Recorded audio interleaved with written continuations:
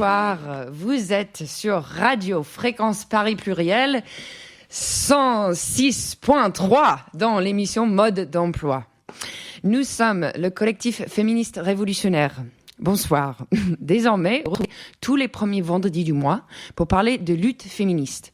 Moi, je m'appelle Vino. Je vais animer l'émission ce soir avec Chloé. Bonsoir. Bonsoir Chloé. Les féministes révolutionnaires sont un collectif créé en 2016 suite aux mobilisations contre la loi travail. C'est un espace de formation et de lutte où on articule féminisme, anticapitalisme et antiracisme pour analyser les rapports sociaux de domination. On pense que ces rapports de domination sont systémiques et structurels et que notre lutte doit donc prendre en compte toutes ces facettes et s'attaquer à ces structures. C'est pour cette raison qu'on se définit comme révolutionnaire. On publie un journal, on organise des moments d'échange et de formation, on participe à de nombreuses manifestations et on soutient toutes les luttes des travailleuses et des travailleurs. Alors aujourd'hui, on vous fait une émission sur les violences sexistes et sexuelles, les VSS, qui va notamment se concentrer sur le récent mouvement MeToo syndical. On va commencer par vous présenter notre analyse et nos revendications liées aux VSS chez nous, les Femmes Rêves, et ensuite nos invités du soir, Mathilde, syndiquée à la CGT, et Amélie, de chez Solidaire étudiante, nous parlerons plus précisément du MeToo syndical. Enfin, pour alléger un peu le ton et se quitter sur un point d'humour, on vous fera une petite chronique sur l'insoutenable légèreté de la vie des riches. Oh, boum. Mais avant de commencer, nous aimerions vous partager une actualité importante. Vous savez, aux féministes révolutionnaires, on pense ensemble le patriarcat et le capitalisme, et on lutte en fonction. Et comment on lutte ? En s'organisant. C'est pour ça qu'on vous donne rendez-vous le 8 décembre dans l'Assemblée Paris-Banlieue pour la grève féministe. C'est un cadre ouvert à toutes, pour les femmes et minorités de genre, en mixité choisie, sans mexis, pour organiser ensemble la grève du 8 mars 2023 et faire en sorte qu'elle soit massive. Pour retrouver toutes les informations sur le lieu, la date, l'heure, n'hésitez pas à suivre sur Instagram @féministbanlieue ou Féministes Révolutionnaires. On a hâte de vous y retrouver. Oui, très hâte.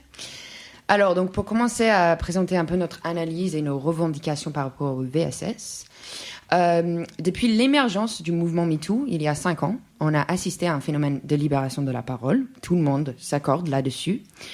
Ce sur quoi on est moins d'accord, en revanche, c'est sur les effets post-MeToo et les évolutions depuis 2017 en matière de prévention des VSS et d'accompagnement des victimes des VSS.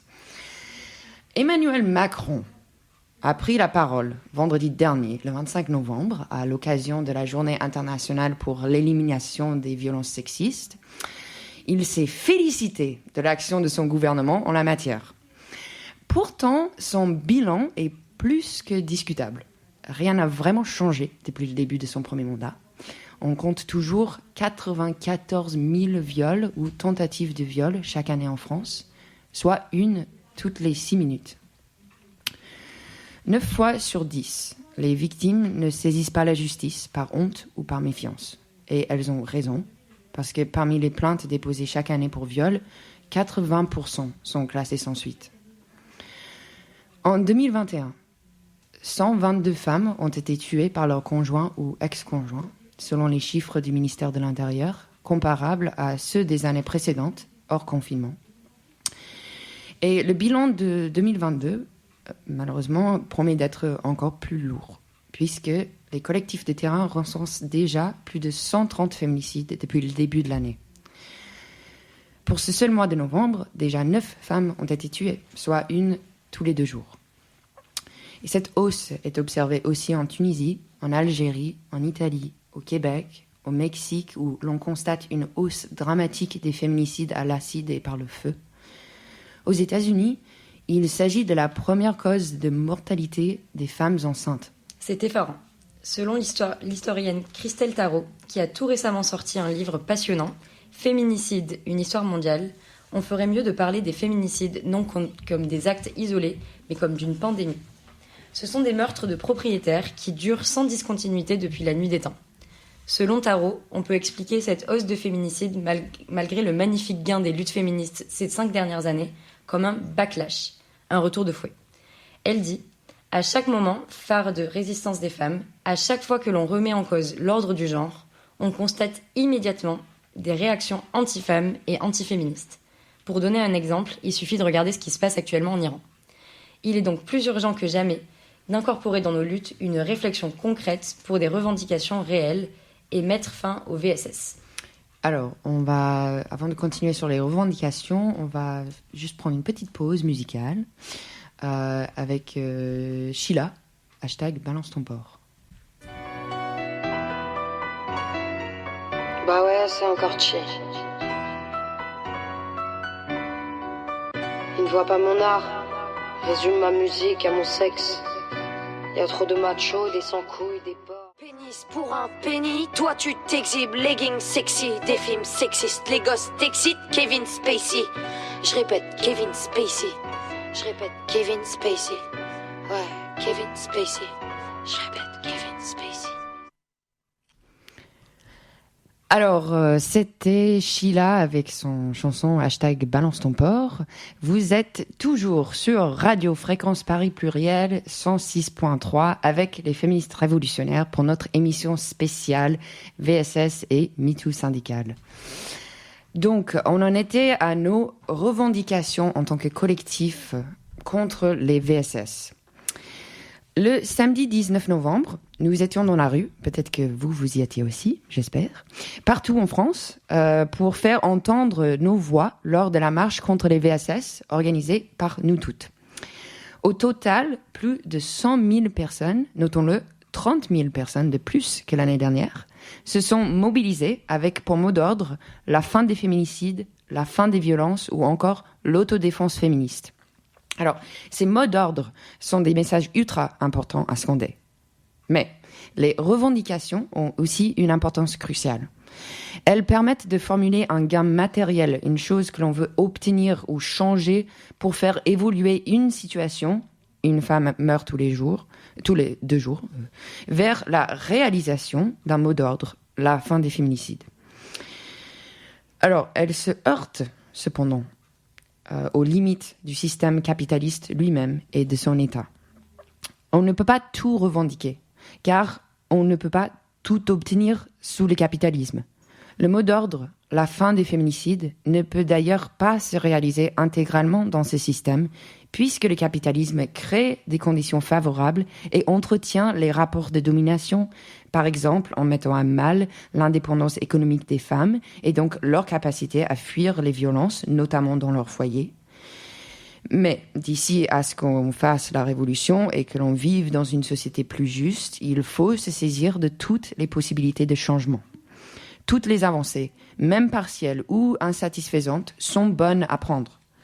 Notre devoir, en tant que militants et militantes féministes, c'est de se battre pour les obtenir. Parce qu'il s'agit littéralement d'une question de vie ou de mort. Exactement. Et alors maintenant, on va mettre en dialogue ces revendications défendues à l'heure actuelle au sein du mouvement féministe et celles de notre collectif, les féministes révolutionnaires. Le collectif Nous Toutes et de nombreux autres collectifs revendiquent actuellement, d'une part, 2 milliards d'euros et d'autre part, le voie d'une loi cadre à l'image de ce qui a pu être fait en Espagne ou ce qui est en cours en Belgique. Et au passage, quand même, bravo l'Espagne et bravo la Belgique. Oui, bravo. L'argent revendiqué par Nous Toutes pose la question de débloquer des fonds, ce qui est très important, mais dont le montant reste symbolique et en deçà des besoins réels. Au lieu de réclamer 2 milliards d'euros, nous préférons articuler différemment la question financière. Les chiffres sont sans appel, la misère et la précarité constituent un terreau fertile pour les violences sexistes et sexuelles. Le rapport de 2019 sur les morts violentes au sein du couple, commandé par le ministère de l'Intérieur, précise que dans 70% des cas, les auteurs des féminicides, comme leurs victimes, sont sans activité professionnelle. Il indique également que les cadres et professions intellectuelles supérieures sont très peu représentés chez les victimes. La conclusion est simple, la dépendance économique à un conjoint violent est un véritable obstacle à la séparation, et cela d'autant plus avec des enfants en charge et des aides sociales insuffisantes. Garantir l'indépendance économique de toutes et tous est la première étape indispensable pour lutter efficacement contre les violences. 1 milliard ne suffira pas, 2 milliards ne suffiront pas non plus. Et puis, du côté de la loi cadre un projet de loi a été rédigé en 2006 par 2 militants du collectif national pour le droit des femmes. La loi porte un certain nombre d'idées intéressantes, mais les propositions de réforme du système judiciaire sont vivement critiquées par les associations des magistrats et magistrates féministes, ce qui peut nous faire réfléchir sur leur pertinence. Aussi, la loi naturalise le sexe des victimes de violences et de leurs auteurs. Les victimes sont systématiquement genrées au féminin et les auteurs au masculin, ce qui exclut les autres types de violences qui ne sont pas hétérocentrées. Aussi, on a constaté ces dernières semaines que nous toutes s'est emparées à son tour de cette revendication de loi cadre. Le 24 novembre, elles ont publié une tribune exigeant, je cite, « une loi cadre qui instaurera un plan d'urgence pour la protection de l'enfance. Une loi qui permettra de déployer massivement tous les dispositifs de protection des victimes et d'augmenter les moyens alloués aux associations.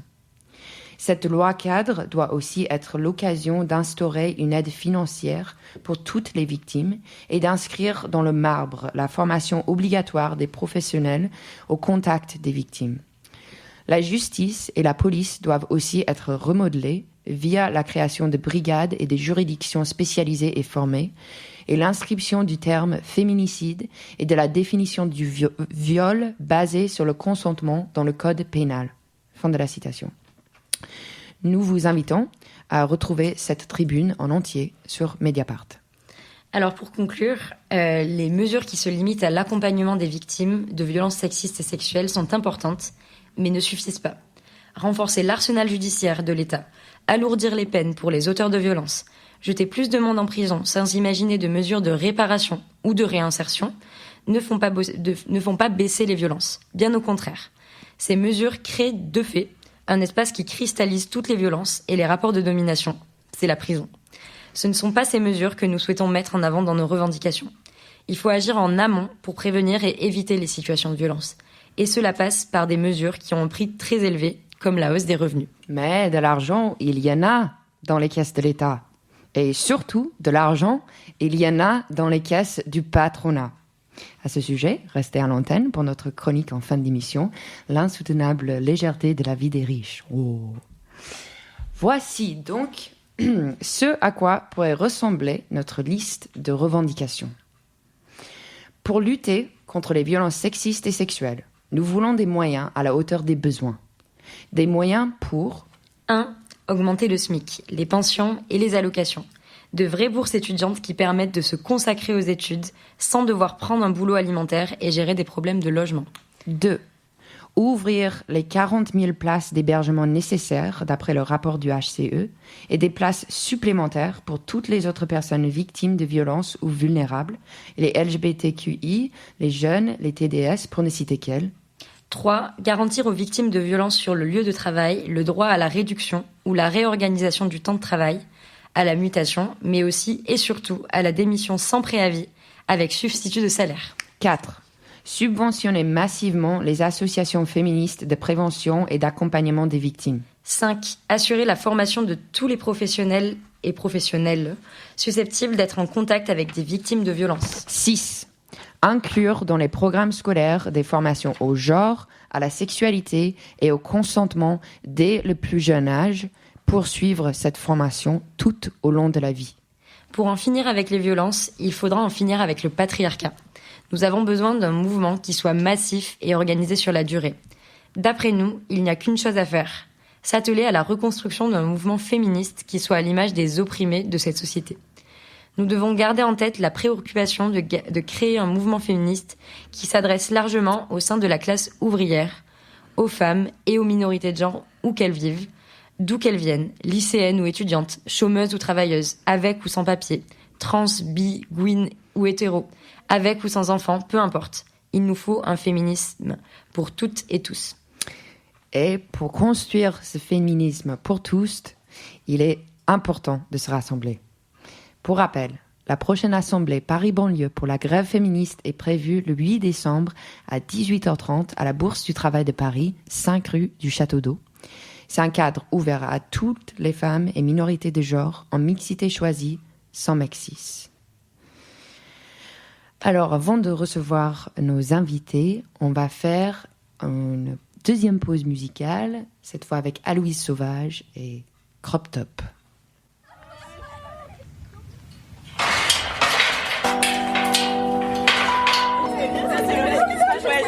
Ouais, Sauvage, tu fais quoi là en fait? C'est interdit? Hémoglobine de toutes mes copines, compas dit oui.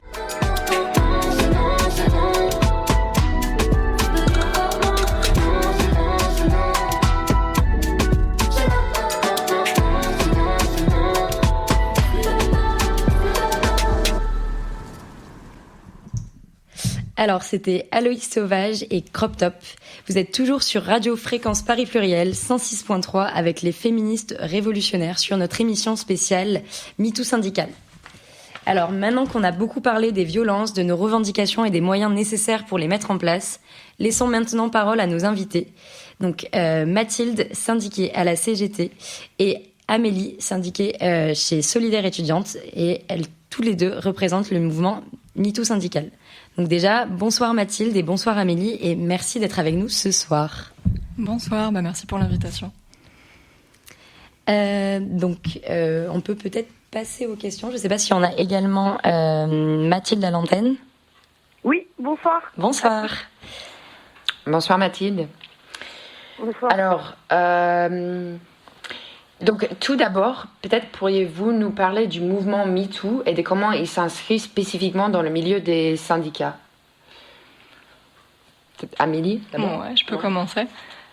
Je dirais que dans les syndicats comme partout ailleurs, il y a des choses qui se retrouvent. Déjà, je vous retrouve clairement le backlash dont vous parliez tout à l'heure. Il y a pas mal de victimes qui prennent la parole, qui dénoncent leurs agresseurs au sein des syndicats. Nous, le réseau, il est spécialisé vraiment sur les violences qui se commettent au sein des orgas syndicales. Et en fait, on remarque que dans les orgas comme partout ailleurs, il y a un système agresseur qui se met en place de manière très violente, systématiquement, et de manière tout de suite très efficace. Là, par exemple, une grosse affaire qui a eu lieu au sein de la CGT Ville de Paris, avec un gros mouvement qui s'était organisé pour faire virer un agresseur notoire, qui s'était soldé par l'éviction de beaucoup de militantes et de militants qui s'étaient organisés du coup contre cet agresseur-là. Donc on voit bien que typiquement là c'est vraiment les personnes qui s'étaient mobilisées qui ont été renvoyées du syndicat et pas l'agresseur. Actuellement une des personnes qui s'était mobilisée va comparaître en justice. Son dossier va être instruit, donc on est vraiment sur un backlash très fort comme partout ailleurs. Peut-être le deuxième truc que je peux dire, c'est quand même dans les orgas, il y a des petites choses qui bougent, il y a des cellules de veille qui se mettent en place, il y a eu la CGT qui en a créé une, maintenant la FSU, mais tout ça reste insuffisant sur le papier, puisque en fait les cellules sont attaquées, tout comme les victimes quand elles qualifient les faits. Et donc en fait le réseau qu'on a créé essaye de donner une forme d'effectivité à tous ces outils qui sont créés par ailleurs, en essayant d'imposer un rapport de force qui leur donne une puissance qu'elles n'ont pas encore à ce stade. Je ne sais pas si peut-être Mathilde veut rajouter quelque chose. Oui, moi je voudrais rajouter qu'en plus, vu ce que prétendent défendre et vers quel type de société prétendent aller ces organisations syndicales, c'est hors de question que des comportements comme ça puissent se produire, et au sein des organisations syndicales, si je vois la CGT, il y a des formations, il y a des cellules de veille, mais on ne les écoute pas. Il y a des camarades qui produisent du matériel aussi. Donc en fait, il y a plus d'excuses, et puis on se pose aussi la question s'il y a si les agresseurs restent en place, après comment ils font avancer l'égalité homme-femme au travail, comment ils défendent les victimes aussi du coup au travail. Enfin ça va pas du tout en fait. Il faut vraiment que toutes ces violences elles cessent et qu'on ait un processus bien clair. Et pour qu'il n'y ait plus d'agresseurs dans nos organisations syndicales. Alors, tu nous as parlé tout à l'heure, donc Mathilde, du fait que les agresseurs restaient en place. Quelles sont, selon toi et même selon vous, les difficultés qui sont spécifiques liées au milieu syndical pour lutter contre les VSS, enfin les difficultés auxquelles vous faites face? Si on parle de l'organisation que je connais le mieux, qui est la CGT, ça reste un milieu masculin. En fonction en plus des fédérations où on est ou des syndicats où on est. Voilà, donc du coup on doit déjà se heurter à beaucoup de choses pour pouvoir faire le minimum de boulot syndical qu'on peut. Donc voilà, il y a déjà, oui, pouvoir militer en fait, déjà des fois est compliqué. Je sais pas après si... Et puis après il y a tout ce qu'on doit supporter d'entendre, tout ça, enfin c'est... je pourrais donner des exemples si c'est ce que vous voulez entendre, mais il y a vraiment, ça devient vraiment très compliqué. En plus, on sent que la pression, elle grossit, et puis ils sont organisés, hein, du coup, pour riposter. Hein. Donc, on est assez impuissante. Donc, d'où l'idée de se mettre en intersyndical pour souder et puis pour se soutenir aussi.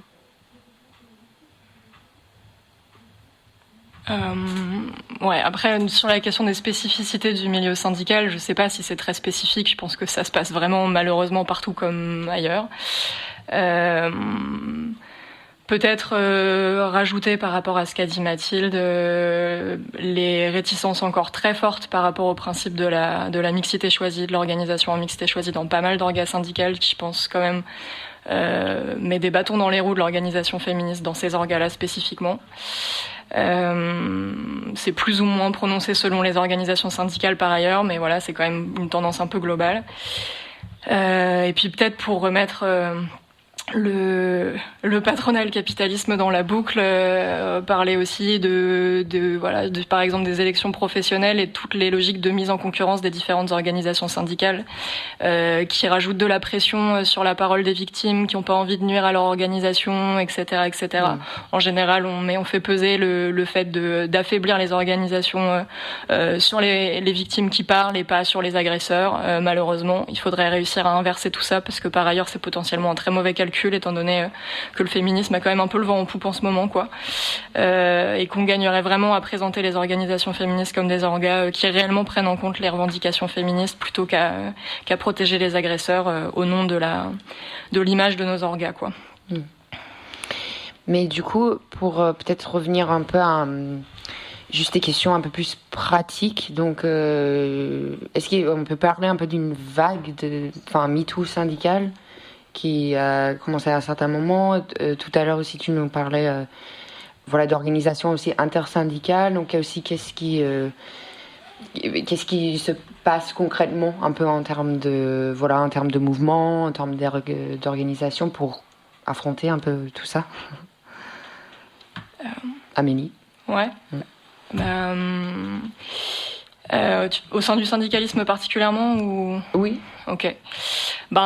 Du coup, là, on essaye de créer quelque chose justement parce qu'il n'y avait pas forcément énormément de choses très structurées. Alors, il y a quand même des structures féministes au sein des syndicats. Il y a des commissions femmes. Il y a une intersyndicale femmes qui existe déjà. Il y a tout un tas de choses qui existent, mais qui se saisissent pas forcément de la question des VSS au premier chef et surtout pas au sein de nos orgas en fait, qui à la rigueur s'en saisissent au sein du monde du travail. En mettant le patronat comme responsable avec toutes les obligations de protection des salariés, etc. Mais au sein de nos propres orgas, on a du mal à faire ce même travail parce qu'évidemment c'est plus compliqué, parce qu'on n'a pas forcément tous les outils juridiques par ailleurs pour le faire. Enfin pas les mêmes en tout cas. Et oui, là, alors qu'il est le réseau qui est en train de se constituer, c'est encore en cours de construction et de création. Mathilde le disait tout à l'heure, l'idée c'est de travailler en intersyndical, parce que le but c'est pas d'attaquer une orga ou une autre, mais c'est vraiment de défendre le syndicalisme et le syndicalisme comme pouvant porter des revendications féministes et comme devant le faire en fait même. Et voilà, on s'organise à l'échelle nationale, ce qui pose tout un tas de soucis d'organisation, mais qu'on est en train d'essayer de surmonter. On fait face aussi à tout le backlash habituel, aux enjeux de confidentialité, je sais pas si ça répond à ta question. Si, ouais, carrément. Et du coup, spécifiquement, ce réseau, par exemple, national, a un nom ? Ouais, du coup, c'est le Résifem. Oui, c'est ça. Ok. Merci. Alors, aussi, en 2018, des référents VSS sont devenus obligatoires dans des entreprises de 50 salariés et plus. Donc, c'est plutôt une question pour Mathilde à la CGT. Est-ce que tu as fait expérience de ce système de référents VSS c'est quoi un peu le bilan de l'utilité de ce fonctionnement dans une entreprise ? Alors franchement, je viens de débarquer dans une grosse entreprise et donc du coup, je me suis jamais vraiment penchée là-dessus, sur comment ça se passe. Je saurais même pas dire qui est le mien. Donc je suis une très mauvaise élève féministe dans ma propre boîte. Après, moi j'ai pas vécu de sensibilisation particulière dans ma boîte, hormis un espèce de faux truc, mais au final il a fallu que je recadre parce qu'il faisait parler il passait une situation d'agression sexuelle, une main aux fesses sur une image en harcèlement. Et là, du coup, il a fallu que je reprenne la dame qui est animée en disant que là, on parlait pas de harcèlement, qu'une main aux fesses, c'était une agression sexuelle. Donc voilà. Donc ça, c'est un peu le bilan qu'il y a dans mon entreprise. Après, je suis pas au courant. Puis comme moi, je suis pas élue, en fait, la CGT est pas élue. Donc du coup, je suis absolument pas au courant s'il y a ces affaires traitées en fait en interne. Voilà. Peut-être pour revenir un peu sur le mouvement MeToo syndical et comment il s'est construit, les revendications même. On a vu que donc le 25 novembre, donc la journée internationale de lutte contre les violences faites aux femmes et aux minorités de genre, un courrier intersyndical a été transmis au gouvernement. La CGT notamment en a été signataire. Est-ce que Mathilde, tu pourrais plus nous en dire sur vos revendications et si Solidaire étudiante également l'a signé aussi pour Amélie? Franchement, comment dire, les revendications, elles sont ce qui sont écrites. Je les ai lues en diagonale. Voilà. Après, ce qui est revendiqué au sein de l'entreprise, tu veux dire? Oui, ça peut être ça. Enfin, c'est un peu explicité donc ce que vous revendiquez, comment ça peut s'appliquer également dans les entreprises, les problématiques que vous avez, ce genre de choses. Après, il y a par exemple sur la CGT revendique les prises en charge des frais juridiques. Et ça, par exemple, ça peut s'appliquer partout. Que l'employeur prenne en charge, c'est fait. Et puis il y a aussi la reconnaissance qu'en fait, une des revendications aussi de la CGT, c'est la reconnaissance que les violences sexistes et sexuelles ont une répercussion dans le travail.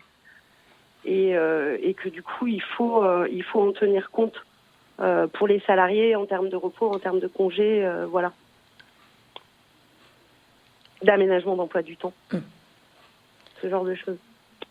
Est-ce que Amélie, tu as quelque chose à rajouter ? Sur le courrier intersyndical lui-même, à vrai dire, je le connais pas, donc je pourrais pas me prononcer. Je sais même pas si Solidaire étudiante l'a signé, à vrai dire. Je suis pas forcément énormément investie à l'échelle de la Fédé, donc j'imagine que ça s'est joué à ce niveau-là si ça s'est fait. Donc non, sur le courrier en tant que tel, pas forcément. Après, de toute façon, le réseau duquel on fait partie avec Mathilde se concentre pas tant sur les problèmes de VSS au travail, mais vraiment dans les orgas. Alors bien sûr tout ça peut être lié et on se nourrit de ce qui se fait par ailleurs sur les revendications syndicales contre les VSS au travail pour nous construire nos outils dans nos propres orgas, mais voilà, c'est très légèrement décalé en termes de revendications. Ouais, en fait, pour compléter par rapport à ce courrier, c'est que moi, localement, par exemple, on est en intersyndical pour animer une manif. Il y a aussi des organisations politiques et puis des associations. Donc, du coup, je suis beaucoup plus concentrée sur ce qu'on fait localement que ce qui peut se passer confédéralement. Voilà. Il y a aussi ça qui explique que je suis assez évasive sur cette lettre. Et du coup, localement, par exemple, sur ta secteur de CGT local, tu peux nous dire quelles sont vos revendications, par exemple, spécifiquement enfin... Spécifiquement, ça va être... disons que c'est surtout... nous de pouvoir animer, donc on est un réseau en intersyndical, enfin il y a les syndicats, les partis politiques, tout ça comme j'ai dit, et puis on est aussi une intersyndicale locale où du coup l'idée est de pouvoir organiser des formations à destination des salariés et des syndiqués, et puis après aussi de faire vivre toutes les dates, on va dire, féministes, mais même en dehors aussi, de construire aussi toutes les luttes. Donc pour le moment, on n'a pas eu spécifiquement des femmes salariées, par exemple, à aller défendre. Mais on fait le partage de ce qui se passe dans nos organisations syndicales. Oui, on peut être amené à défendre des salariés individuellement. Ok. Et je me demandais, enfin c'est un peu autre chose, mais c'est plus une question pour toi, Amélie. Donc en début de entretien tout à l'heure, tu exprimais du coup quand même énormément de frustration, où j'ai l'impression une situation quand même assez bloquée. Et du coup, est-ce qu'à un moment donné, vous vous posez la question de continuer en tant que, enfin est-ce que ça remet en cause un peu l'organisation en soi de Solidaires étudiants-étudiantes, enfin, est-ce que vous sentez que ça peut faire à un moment peut-être éclater quelque chose où est-ce que vous en êtes dans le désir de continuer malgré tout à rester dans ce syndicat-là, enfin, tu vois ce que je veux dire? Ouais, carrément. Ce qui est sûr, c'est que ces problématiques-là, elles font partir beaucoup de meufs des orgas, pas que des meufs d'ailleurs, mais en tout cas beaucoup de personnes victimes de violences, de sexisme, d'homophobie, bref, la liste pourrait être plus longue, mais que ça empêche aussi pas mal de personnes de rejoindre ces mêmes orgas, je pense aussi. Et en effet, ça peut être des trucs qui font fuir, y compris des militantes, personnellement, j'ai jamais été confrontée de manière suffisamment dure à ça pour l'envisager, mais je connais des personnes qui ont pu quitter leurs orgas ou se retirer du monde militant parce que c'était trop dur, parce que c'était trop violent, parce que c'est trop injuste. Après, justement, l'idée c'est de permettre, l'un des objectifs politiques derrière, c'est aussi de permettre justement à ces personnes de rester dans les orgas, de les accompagner, de rendre nos orgas des espaces moins dysfonctionnels de ce point de vue-là, mais aussi à plein d'autres niveaux en fait, parce que je pense que intégrer les revendications féministes, c'est aussi une façon de faire mieux fonctionner nos orgas à pas mal de niveaux, et pas seulement à ce niveau-là. Même si en l'occurrence c'est là-dessus qu'on se focalise au premier chef. Voilà. Ouais. Oui, et puis du coup, ça me faisait aussi penser à... il y a toujours aussi la question de sanctions, quoi, par rapport aux agresseurs. Là, donc, c'est plus une question pour toi, Mathilde. Mais il y a eu... le fameux exemple, un exemple un peu connu de Benjamin Hamar, un militant même élu, non, je sais pas, à la CGT, qui, 6 mois après une suspension, a réintégré la CGT, malgré les plaintes portées contre lui. Alors en fait, oui, vas-y. Il n'a pas réintégré la CGT. Il y a un mandat confédéral qui lui a été suspendu. D'accord. Mais tous ces mandats ne lui ont pas été suspendus. Et c'est bien l'une des problématiques pour pouvoir commencer à regarder une situation, à écouter ou voilà. C'est bien que la personne, c'est tous les mandats qui doivent lui être suspendus. Première chose. Voilà. Après, je vous avoue que sur cette histoire, moi, je suis assez mal à l'aise parce que il peut être très procédurier. Derrière, il y a une énorme coalition d'hommes qui se retrouvent dans beaucoup d'histoires. Voilà, Amélie en a évoqué une. Ils sont quand même en lien. Ils se connaissent, donc du coup, on est quand même assez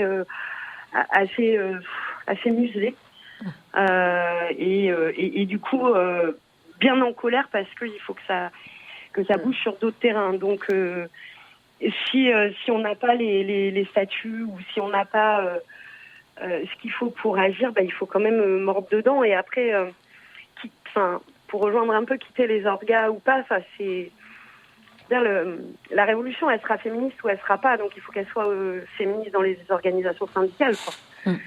On n'arrivera jamais. Le féminisme n'est pas une lutte spécifique, quoi. Donc il faut l'attaquer comme il faut s'attaquer à tout le patriarcat partout, quoi. Voilà. Peut-être pour compléter rapidement Mathilde aussi sur l'affaire Amar, l'un des problèmes aussi, du coup Amar a été suspendu d'une partie de ses mandats seulement, en effet, comme tu le disais, et en fait il a été rétabli dans ces mandats-là une fois que la justice a décidé de ne pas instruire la plainte, et à ce moment-là la CGT a invoqué le fait qu'elle était attachée au respect de la présomption d'innocence, tout comme à la présomption de sincérité, en se calant finalement soi-disant sur la justice qui en fait n'a absolument pas eu lieu. Ils ont pas instruit le dossier, donc il n'y a pas eu de jugement rendu, il n'a pas été innocenté, et puis on a toujours ce problème, donc déjà des syndicats qui se calent sur la justice pour prendre leurs décisions, ce qui est quand même un gros problème. C'est le seul endroit où les syndicats se calent, où les organisations politiques se calent sur la justice, c'est pour les enjeux de VSS ou de sexisme plus généralement, ou à la rigueur peut-être de racisme, mais en tout cas voilà, on est quand même c'est le seul endroit où on a confiance en la justice d'un coup miraculeusement. Et puis par ailleurs, cette façon de mettre en équivalence la présomption d'innocence et la présomption de sincérité à cet endroit-là montre aussi qu'on a vraiment du travail à faire en termes de féminisme dans les orgas, quoi. Du coup, pour un peu continuer sur la question un peu des sanctions, de justice et tout ça, visiblement, en fait, on n'en est pas au point de pouvoir vraiment virer les agresseurs des syndicats. Mais le jour où on pourra en arriver là, comment est-ce que vous imaginez, de gérer, de faire en sorte que quelqu'un ne réintègre pas par derrière un autre syndicat. Comment est-ce qu'on fait pour gérer la circulation de ces personnes, et puis aussi notre dernière question porte sur aussi la question de judiciaire ou du coup voire carcérale, parce que nous aux féministes révolutionnaires on parle beaucoup de l'anticarcéralité, d'essayer de trouver d'autres solutions que continuer à remplir les prisons. Donc est-ce que ce sont des choses dont vous pouvez parler avec vos camarades, de qu'est-ce qu'on fait finalement de ces agresseurs, à la fois pour les empêcher de continuer et aussi pour pas non plus les envoyer en prison, je sais pas. Je pense que tu as déjà répondu à une partie de la question, à savoir qu'on n'en est malheureusement pas là.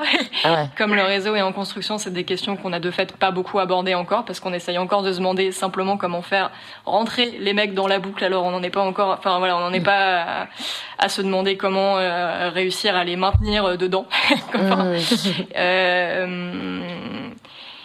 Après, j'imagine que peut-être une fois qu'on aura passé quelques étapes, cela dit, le réseau aura déjà quelques réponses à apporter, à savoir si les féministes des différentes orgas syndicales sont déjà en lien, sont déjà organisées au sein d'un réseau, ont déjà potentiellement des outils communs, des espaces de réunion communs, etc.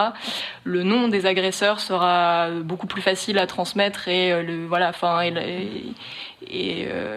les phénomènes d'errance, de circulation, de recyclage des agresseurs sera bien moins possible de fait. Après voilà, là je parle un peu en mon nom. Enfin, c'est pas des réflexions qu'on a eues encore vraiment au sein du réseau, donc voilà, c'est plus. Mais oui, c'est des enjeux par ailleurs assez importants et qu'on a du mal à poser, mais parce qu'aussi on a déjà du mal à poser, à avoir des outils réellement déjà efficaces sur les autres enjeux. Alors malheureusement, voilà. Merci. Et Mathilde? Ouais, déjà il y a la question du carcéral qui là doit, je pense, se poser dans une société de manière plus globale.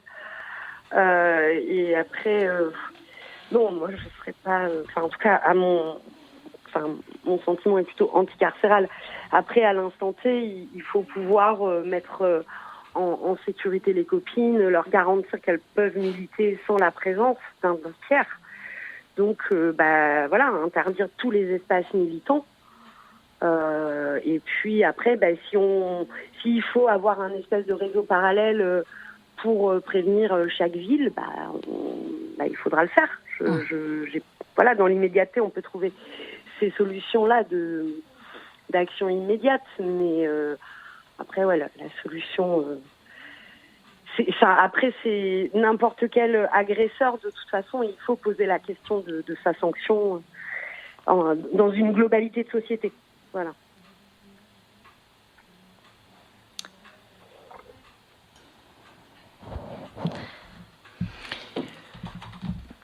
Merci Mathilde et merci Amélie pour ces échanges qui étaient riches en informations et en revendications. On va passer maintenant à la chronique, donc sur une touche d'humour sur l'insoutenable légèreté de la vie des riches. Moi, je trouve qu'il y a un problème dans notre pays. Les riches. On n'aime pas la réussite et le succès. Les riches, ils ont la vie dure. C'est à la mode de critiquer les riches en France. Les riches ont la vie dure. Les riches. C'est pas facile, hein. Les riches ont la vie dure. Les ultra riches. Ils ont la vie dure, les riches. Les ultra riches. C'est dur d'être riche. Les riches ont la vie dure. Bonsoir à toutes et tous, ici Nouk pour l'insoutenable légèreté de la vie des riches. La chronique qui s'intéresse aux petites peines et aux grands malheurs des très gros bourgeois.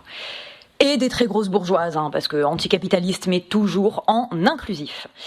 Alors sortez vos mouchoirs, ce soir on va s'apitoyer sur le sort de Laurent Guillot. C'est le nouveau patron d'Orpea. Le groupe Orpea, vous vous souvenez ? C'est une entreprise qui gère des EHPAD. C'est même le numéro 1 en Europe dans le secteur. Ça vous dit vraiment rien ? L'entreprise, elle a un petit peu défrayé la chronique il y a 1 an à cause de pratiques douteuses avec les personnes âgées. C'est le Figaro qui a écrit ça cette semaine. Pratiques douteuses. Sans doute que maltraitance et mauvais traitements, c'était trop long à écrire. Toujours est-il qu'Orpea a un nouveau patron, c'est Laurent Guillot. Forcément, l'ancien a été éjecté. Ça faisait très mauvais genre quand tout le monde a su qu'il rationnait les repas des pensionnaires, les couches et qu'il chronométrait les secondes pour la toilette. Alors dans le Figaro, il parle d'une année cataclysmique pour l'entreprise. C'est sûr, ça n'a pas dû être facile pour l'entreprise. L'action en bourse, elle a chuté comme une pierre, moins 90%. Mais ça a été d'une violence inouïe pour les gens du conseil d'administration. Je pense qu'on ne peut pas bien s'imaginer. Alors heureusement, ils avaient prévu un petit matelas pour l'amortir, la chute. Ça faisait des années qu'ils détournaient des subventions publiques au profit de l'entreprise. Puis ils avaient aussi une société écran au Luxembourg. Ça leur a au moins permis de préserver un petit peu d'argent du fisc. Mais bon, quand même, malgré le matelas, elle n'est pas en très glorieux état, l'entreprise, là, en ce moment. Notre Lolo, il a la pression. Dans le Figaro, ils disent qu'il va passer son grand oral, comme au bac. Sauf que lui, c'est devant les actionnaires. Et ils sont pas fastoches, les actionnaires d'Orpea. Parce qu'eux aussi, ils ont passé une année cataclysmique. Les moins 90% à la bourse, ils l'ont senti passer dans leurs dividendes. Alors maintenant, ils attendent de Lolo un resserrage de boulons et un changement complet de pratique. Ce qu'ils ont dit au Figaro. Alors au début, moi j'ai cru qu'ils parlaient des couches, des toilettes et des repas.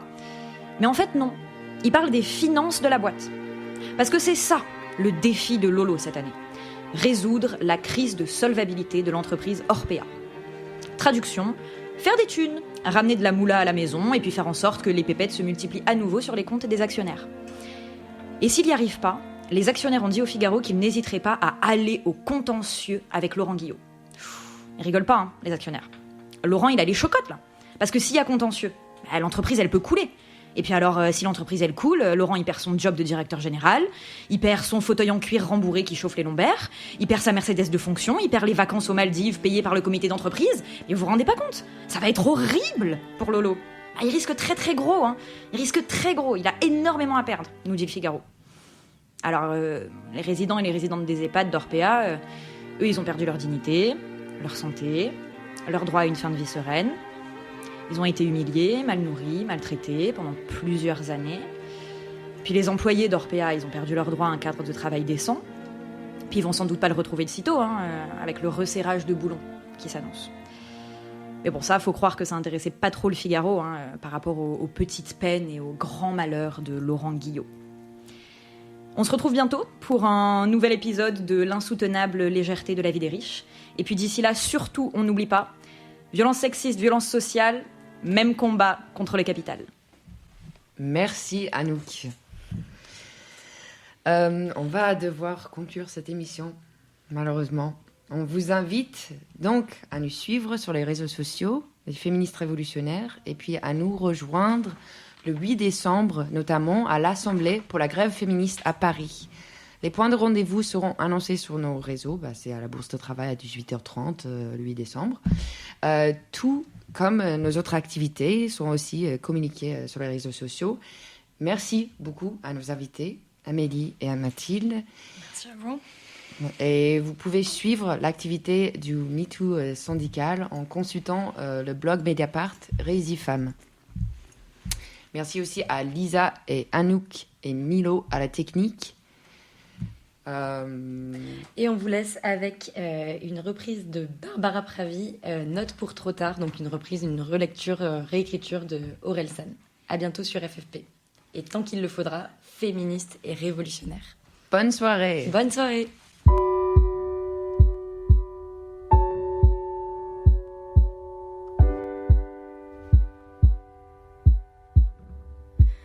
J'avais ton âge il y a encore quelques